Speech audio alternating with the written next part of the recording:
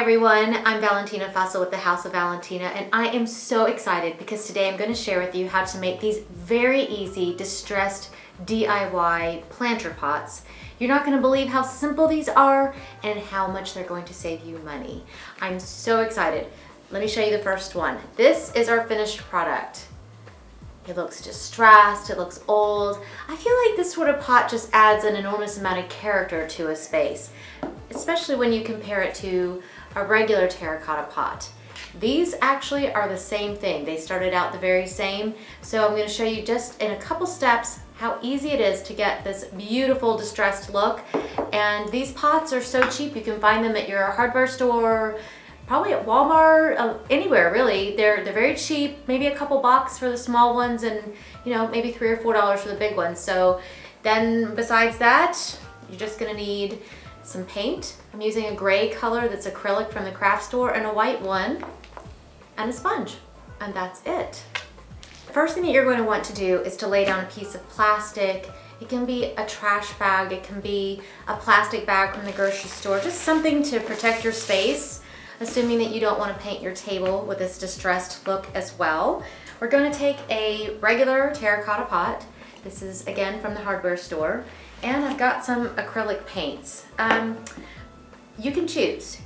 The thing about this DIY is that it's not straightforward. It's not meant to be perfect. So there isn't a perfect way of doing this. So just take your sponge and take some paint and just squeeze a little bit of it on, and then just start working that paint around. You can start with the white, you can start with the gray, it really doesn't matter. You don't want to wet the sponge too much with the paint because you want it to have that sort of distressed look.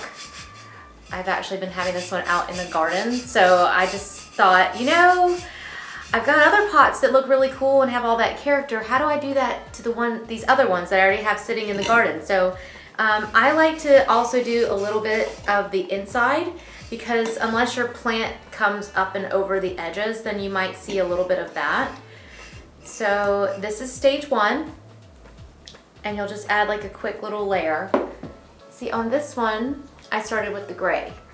So the next step with this one, let me move this little guy out of the way so you can see better, is you're gonna take the gray. Okay, nope, since I started with gray, then I'm gonna go back to white.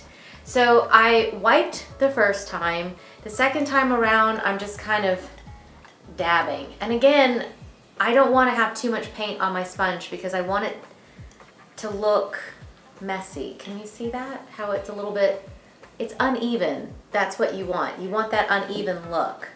So I'm just gonna add a little bit more paint on and just keep dabbing. The thing is that when a pot sits outside in the rain and in the elements, sometimes it gets a little bit moldy, sometimes the color starts to fade.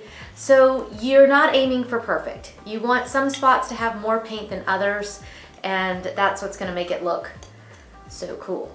So this is phase 2. I'll show you phase 3. See how this one, again, that one is on, this one has 2 coats, a little bit of white and a little bit of gray. And then for that one, I'm just gonna take the same thing and just start sponging on. It's dry, so I'm just gonna try to add a little bit more paint.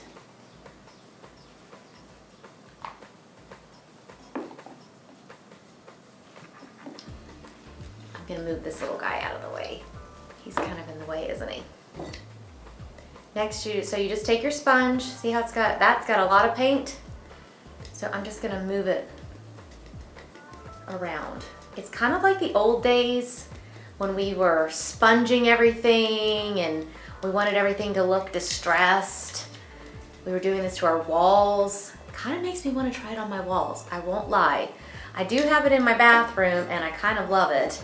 It's from the 90s and it can look cool. So do you see how it just doesn't look perfect, and that's what you want. It's like it's got algae or mold, I don't know, just something that gives it all that character. And then when you add your plant back in, It looks awesome. And don't forget to do your base as well, because then they match. Otherwise, one looks really shiny and new and the other one looks oddly old. So again, that is our finished one. How cool is that?